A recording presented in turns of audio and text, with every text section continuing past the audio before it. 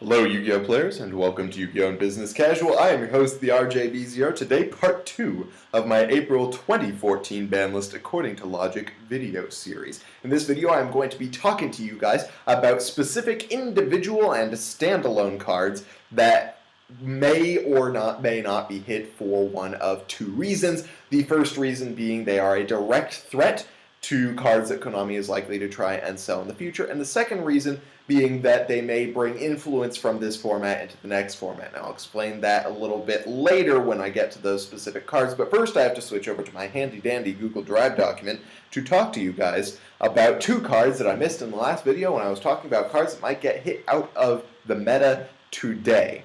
These were both cards that were pointed out to me into the comments. One of them was something I was actually planning on talking about, but I just totally forgot about during the video, and that card is Gear.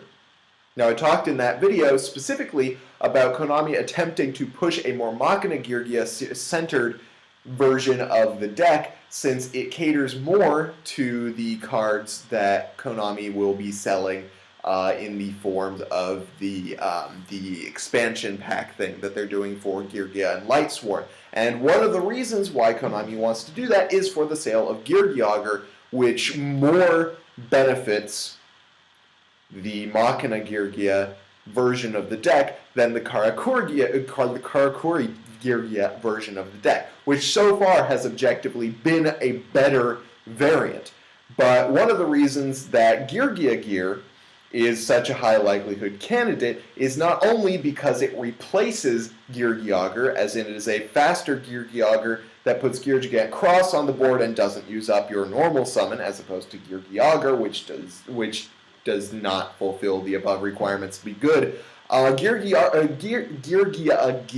this is going to be really complicated from here. Gear also participates in two of the requirements that Konami uses to ban cards the most, which are, first off, creating expanded plays, which it definitely does by way of adding cards from your deck to your hand via Gear Gigant Cross, which could be an armor, which you could then use to start off one of your big Karakuri combos, but it also is something that special summons from the deck, which is historically just kind of something that Konami goes after. So Gear is definitely high up on the list of candidates for things out of the Karakuri Gear deck that are likely to get hit. I still think they're going to try and hit the Karakuri engine more specifically, in the form of something like Boo-Ray, but Gear is a very high likelihood candidate. The other card that I want to talk to you guys about that I missed from the last video is Dragon Shrine.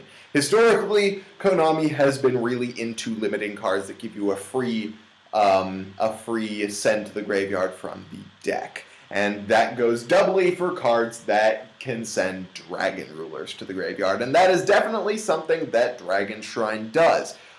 Since it is one of the centerpieces of consistency to the Hieratic Ruler deck, it is definitely up there on the list. Now, I say that they especially hit cards that send to the graveyard for free in the terms of Dragon Rulers because, Dragon Ravine and the Baby Dragons. So that's kind of my reasoning on that. I think Dragon Shrine is pretty high up there. I still think that Tefnuit is the highest candidate to get hit from the deck because it, once again, both creates those extended plays and it special summons from the deck. So those are the two cards that I missed from last video that I wanted to talk to you guys about in general. Why don't I move on to the cards that are specifically threats to decks that Konami is going to want to sell in the near future. Now, for the purpose of this discussion, I chose 4 decks to talk about. Most of the decks that are going to gain support that we know about in the near future fit under these categories of cards that are likely to be problematic in the near future. So that's kind of why I left those out, because I didn't want to take up extra time. So I'm just going to read through each of their lists. Bujins are fairly long, but the other ones are fairly short. And then I'm going to talk to you guys about which ones are, first of all, cards that you see throughout those lists, common denominators when it comes to cards that hit the meta.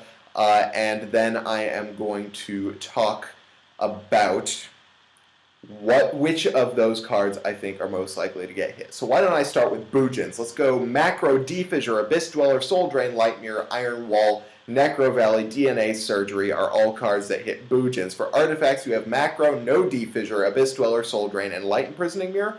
Then for Sylvans, you've got Macro, Defissure, Abyss Dweller, Soul Drain, and then you could include Gozen Match, depending on the variant of Sylvans that you play. And then for Ghost Tricks, pretty much just Light of Intervention and Shadow Mirror are the big deals for Ghost Tricks. So there are a few fairly common denominators. Ghost Tricks are a little bit of an outlier, and having listed those out, I do not think that either of those are likely to get seen on the ban list, but don't know whether or not Konami is going to hit the imprisoning mirrors. It's a fair possibility considering there are big light and dark decks that are coming up, but historically there have been a lot of those decks and the imprisoning mirrors have yet to get hit.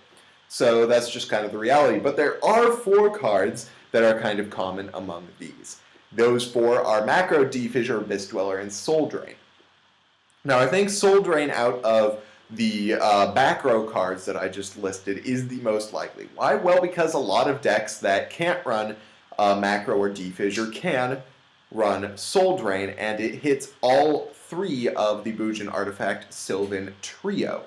And the thing about cards that hit the meta that don't really hit rogue decks is that Konami doesn't really want to see them around, because rogue decks are old decks that are money sinks, and the more that people go back to depend on older decks, the less likely they are going to be buying these decks. So Soul Drain is fairly high up on there because it hits all of the decks, and because there are a lot of decks that can run it and aren't necessarily hit by it, which creates an interesting interaction between Defissure and Macro, which means that if one of the 2 of them gets hit, it's kind of uncertain as to which one is more likely to get hit.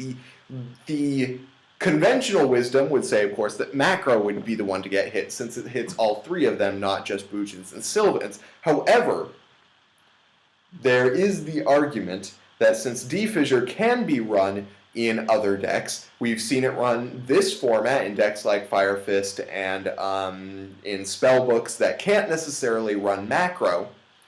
Since those decks can run Defissure, then you've created an anti-meta that can run an extreme power card against things like Boojins and Sylvans. So that's an interesting little interaction there. All 3 of those cards have already been hit, which means that they're pretty high up on the list of candidates to get hit this format, because Konami tends to move things further down on a ban list rather than adding new cards to a ban list. The final card, and I think the most important one to discuss, is Abyss Dweller. Now, Abyss Dweller has a couple of things going for it. The first one is it's got the Cold Wave effect, which is that it is a blanket lock for a limited period of time. You get to choose when that is, and it doesn't necessarily hurt you during that period of time. And things that have the Cold Wave effect, see Cold Wave, tend to get hit fairly quickly. And the other really big problem with the Abyss Dweller, aside from the fact that it hits all of the decks listed above, is the fact that basically anybody can run it. If you can put level 4 monsters on the board, you run Abyss Dweller. That's just kind of a fact of the game. So Abyss Dweller, which is run very heavily this format, hits basically every deck that Konami is going to want to sell in the near future, and has the Cold Wave effect, is my highest candidate on any of these lists for getting hit this format. So I'm going to move on now, since I think the other things aren't quite as worthy of mention in the way of Iron Wall, Necro Valley, DNA Surgery, etc., that I would like to move on to the cards that have no particular association with any of these decks, but are likely to bring influence from the last format into this one. The very first of those is Upstart Goblin, and then with that goes Reckless Greed. Now, I know a lot of people say they don't need to get hit, they're bad cards, etc., but the fact of the matter is they are being run in 3s in many a deck, which means that if Konami wants to reduce the influence of this format on the next one, then that's definitely the place they're going to want to go. The other reasoning behind this is that typically Konami hits cards that give you free deck thinning, once again with the Foolish Burial effect. But in this case, these cards follow more like a,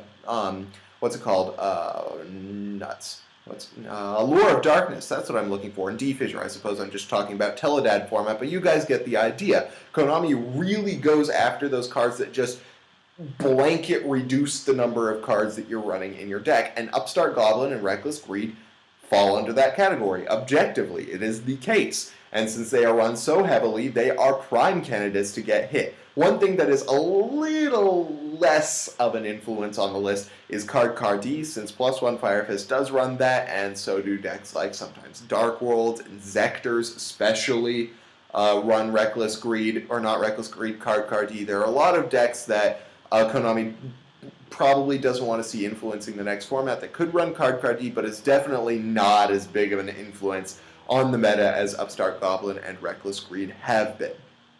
The other two cards that I want to talk about are first MST and Trap Stun. Once again, every format people talk about MST getting limited, and in this case it actually has slightly more merit since they are going to be selling Artifact Movement, which is basically MST plus, but I mean, MST has had a lot of substitutes for a lot of formats, and it's also been at 3 for a lot of formats. So while Konami has had a lot of justification for hitting MST in the last few formats, they just haven't, and that's the case.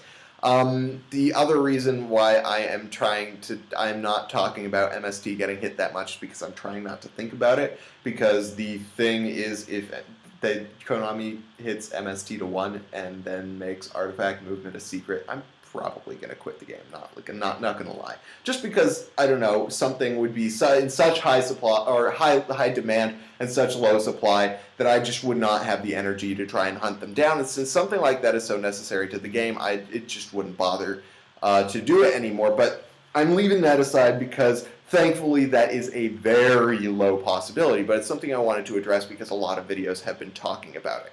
The other card being Trap Stun. Now, Trap Stun, once again, has the Cold Wave effect. And the Cold Wave effect is a big no-no for Konami. If you can blanket hit back row and not worry about it for a turn and just go off, that's something Konami tries to hit. See, once again, Cold Wave and Heavy Storm. And what's the other thing? Giant True Knot. All of those things that make you fearless to back row for a turn are things that Konami really does not like. And the other fact of the matter is that Boojins kind of rely to a degree on their back row. And if you can stop their traps for a turn, then you can get around their graveyard effects, you can get around their Crane, and that's kind of a big problem. The other thing is that Trap Stun has been kind of a mainstay for rogue decks this format, and other big meta decks this format that Konami doesn't want to see influence in the next format because they have really good Boojin matchups. Sorry, I'm getting hiccups right now, dang it. Anyway, so I think Trap Stun is on the chopping block. I'm not sure how likely it is to get hit. If they did hit it, they'd probably have to go the whole 9 yards to banning it, because most people are just running 1. But that is my discussion, highlights of the discussion. Konami is likely to hit things that are going to be a problem for decks in the near future, can be run by rogue decks, and have influence from this format into the next one. The top candidates are Abyss Dweller, Macrocosmos, D-Fissure, Soul Drain, Upstart Goblin, and Reckless Greed. I also talked about 2 cards that could get hit that I didn't talk about in the last video, which are Gear and Dragon Shrine. So I hope you guys liked this video. If you did, hit that thumbs up button. If you didn't, let me know why in the comment section below. And of course, discuss what you guys think is going to get hit. And if there are any cards that you think that I forgot, we can discuss it down below. And I may or may not put it into my next video, which is a final video of the series. Oh my goodness, these hiccups. Anyway, final video of this series, which will talk about cards that may see themselves getting a boost on the ban list. So thank you guys for watching. Meanwhile, I'm your host, the RJB0. Thank you guys for watching Yu-Gi-Oh! Business Casual, and I got a jet. See ya, guys. Oh.